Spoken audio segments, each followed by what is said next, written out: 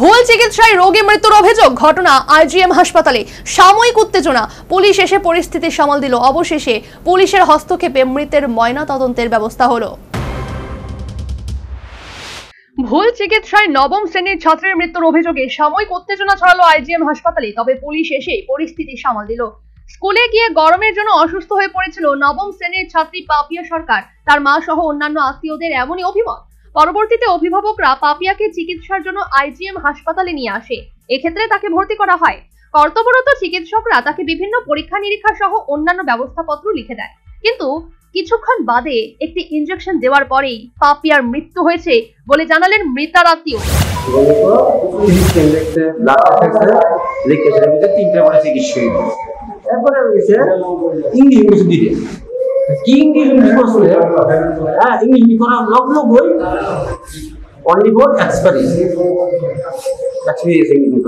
প্রথম বুঝে ভালো গরমের দিকে মানে শরীরটা খারাপ করে দিয়েছে আর কি। গরম পোশাক শরীর খারাপ করতেই পারে, এক্সপিরিয়েন্সে। এরপরে আমরা আইলাম সবাই খবর পেয়ে দূরে আইলাম। আওয়ার পরে ডাক্তার একবারে হেভি মজুরা কি করে বুঝতে আর পাই না, কি বুঝতে পাই না ডাক্তার গেল। এরপরে সিনিয়র ডাক্তার বেশি তাদের কিছু তবে বলছি আপনাদের যে ইঞ্জেকশনটি পুশিং করছে এই ইঞ্জেকশনটি কি পুশিং করছে যদি আমার দেখা নেই। হ্যাঁ, তাহলে ইঞ্জেকশন আমাদের অনদি আমরা দেখাতে রাজি না।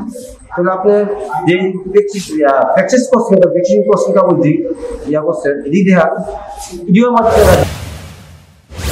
ইনজেকশন দেওয়ার পর একটা সময় এই পাপিয়া সংজ্ঞাহীন হয়ে পড়েছিল।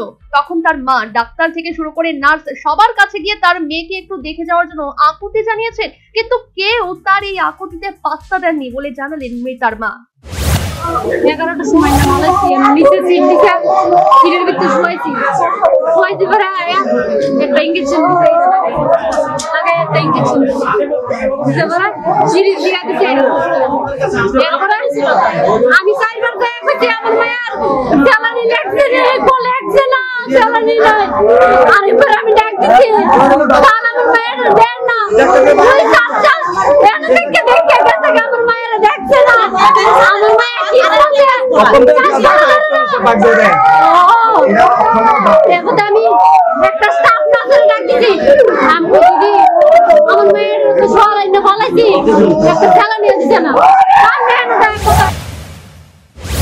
পাপিয়ার মৃত্যুর খবর পেয়ে তার অন্যান্য আত্মীয় স্বজন এসে আইজিএম হাসপাতালে বিক্ষোভ দেখান। তাতেই একটার সময় হাসপাতাল চত্বরে সাময়িক উত্তেজনা দেখা দেয়। তবে পশ্চিম থানার পুলিশ এসে পরিস্থিতি সামাল দিয়েছে। এই ব্যাপারে আইজিএম হাসপাতাল কর্তৃপক্ষের প্রতিক্রিয়া নেওয়ার চেষ্টা করা হয়েছিল, কিন্তু কারো টিকির নাগাল পাওয়া যায়নি। এই অবস্থায় মৃতার পরিবার, আত্মীয় স্বজন ময়না তদন্ত ছাড়াই মৃতদেহ হাসপাতাল থেকে নিয়ে যাওয়ার তোড়জোড় শুরু করে।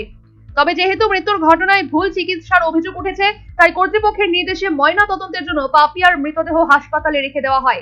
যাই হোক, ভুল চিকিৎসায় রোগী মৃত্যুর অভিযোগের পরেও এ ব্যাপারে সংশ্লিষ্ট চিকিৎসক কিংবা হাসপাতাল কর্তৃপক্ষের কেউ কোনো ধরনের প্রতিক্রিয়া দিতে চাইলেন না।